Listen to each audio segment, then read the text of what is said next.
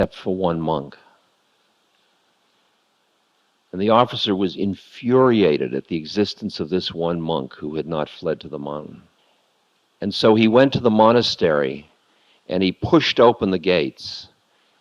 And in the middle of the courtyard stood this one monk. And he walked up to that monk and he put his hand on his sword and he said, "Don't you know who I am?"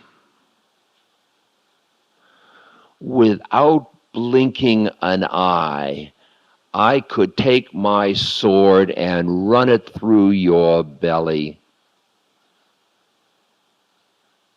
And he repeated, "Without blinking an eye."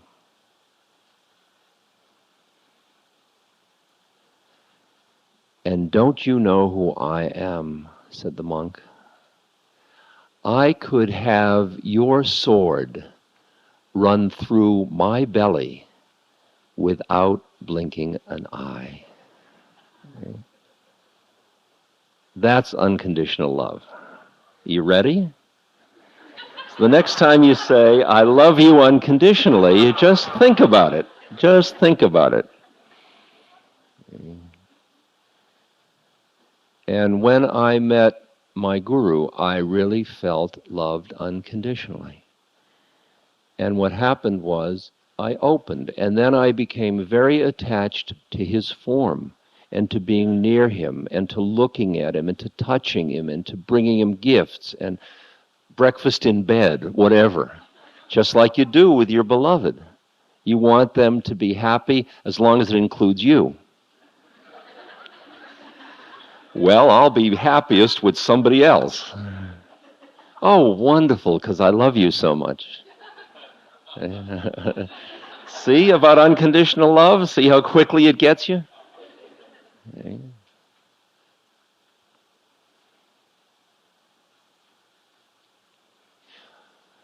But because of the particular game that my guru was playing with me, he kept throwing me out all the time. He'd only let me see him for a couple of minutes, and then he'd say, "Jiao, go. Split. Go somewhere else." And I, at first, got very offended. I mean, can you imagine if you fall in love with somebody, and then you cross the ocean bringing fruit and whatever you can bring that you could possibly offer to your beloved, and you've come this long way and you feel a mixture of righteousness and desire and everything, and he's all wrapped up with your enlightenment and everything, so you can't get there fast enough, and you get there and you kneel down and he looks at you and he pulls your beard, hits you on the head, asks you one question and says, "Jiao." You say, "Jiao." You know. He let other people stay around him and not me. So he obviously loved them more than he loved me. Okay? Terrible problem. I got to hate the other devotees so intensely.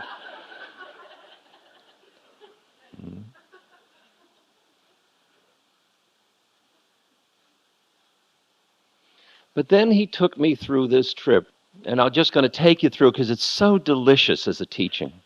Even if you've heard it, think of how many times I've heard it.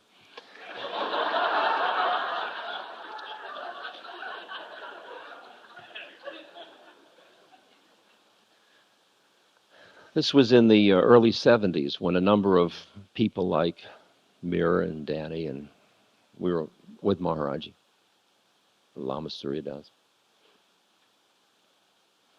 And we were kept in the back of the temple ashram.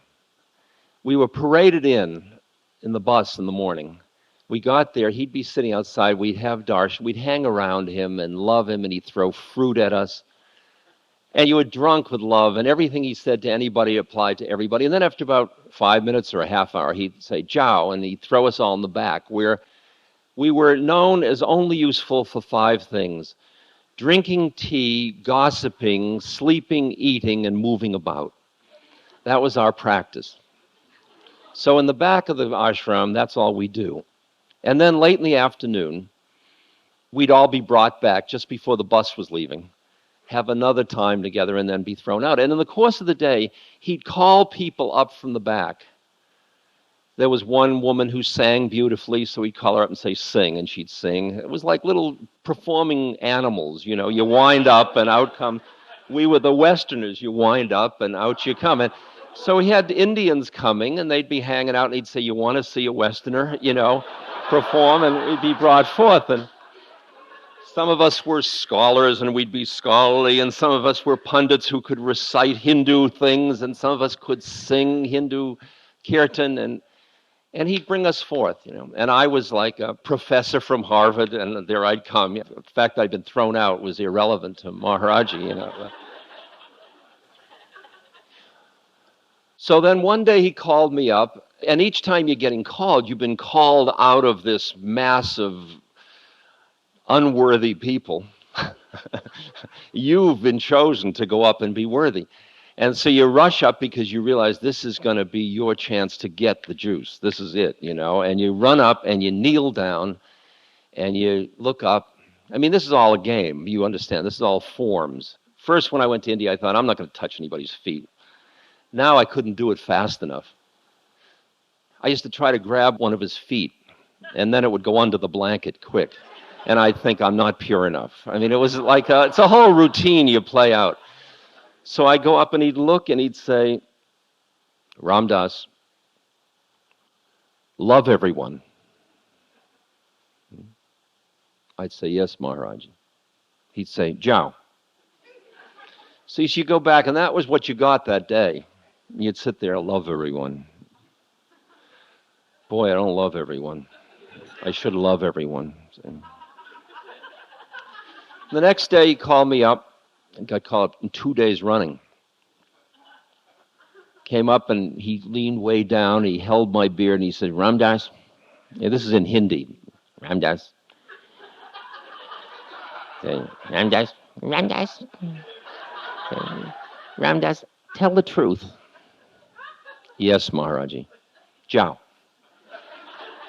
So I was left that day with what a liar I was. I decided I'd really tell the truth. Well, he kept doing this. Each day he'd alternate. It was either love everyone or tell the truth. And it took me about 4 or 5 days because of my density before I realized the peculiar predicament I found myself in. That he was giving me 2 contradictory instructions. Because the truth was I didn't love everyone. So I thought about which one shall I do? And I thought, you know, what I always do is I love everyone, even if it's not the truth. I make believe I love them. I love you. Oh, yes, we love each other. Oh, it's okay, I love you. I thought maybe it'd be good to try telling the truth. That'll be refreshing. And as I looked at all my guru brothers, and said, I realized I hated them all. Because they all took me away from him. And I had spilled the beans about him in the first place with Be Here Now, and now I was set with all these unworthy people that were hanging around, taking his time. I mean, they were nice people, but I had a good reason. I mean, I just didn't hate them generally. I'd find reasons for each one. You know, that one was too arrogant. And after a week or two, the truth was I found I didn't like anybody. I even had a sign on my door, do not enter. Okay? Now, at the same time, I was doing another sadhana, another practice, which was that Maharaji said, Ram Dass should not touch money. See, now you can interpret that at many levels. I mean, now I interpret that my mind shouldn't cling or fixate on money. That allows me to have a credit card. But in those days, I took it literally. I shouldn't touch money. So what I did was one of my friends, my Guru Bhai, would be a bag person. They'd carry my money. So we'd get on the bus, they'd pay my bus fare. See, that worked out fine until I got to hate them all. Now I was in a predicament because I had nobody who I didn't hate, who I hadn't alienated, to be my bag person. Now, from the hotel to the temple is 8 miles. So what I found was I got to the position where there was a day where everybody got on the bus and I had no money to get on the bus.